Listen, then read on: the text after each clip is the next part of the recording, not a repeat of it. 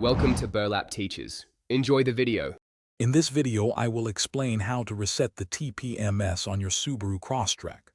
The tire pressure monitoring system is crucial for safety, alerting you to low tire pressure. Sometimes, after a tire rotation or pressure adjustment, the light stays on.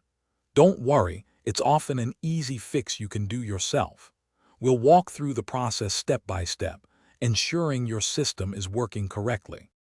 First, confirm all your tires are at the correct pressure. Check your driver's side door jamb for the recommended PSI. Once adjusted, drive your Crosstrek at a speed of 20 miles per hour or more for about 10 minutes.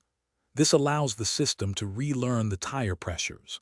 If the light remains on, a short ignition cycle might help. Turn the car off for 15 minutes, then restart and drive again.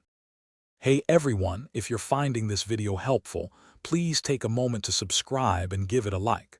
On another note, are you looking to make your meal prep easier? These fantastic leak-proof containers are perfect for keeping your food fresh and organized. They're a game changer for healthy eating on the go. Check the description below for the link and other awesome deals.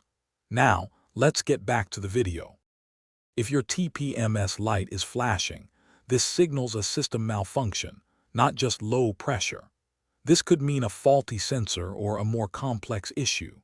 After trying the manual reset, if the light still won't turn off, it's best to consult a professional.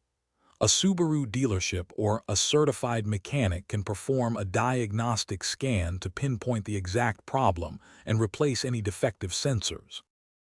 Thanks for watching. Consider subscribing if this video helped you.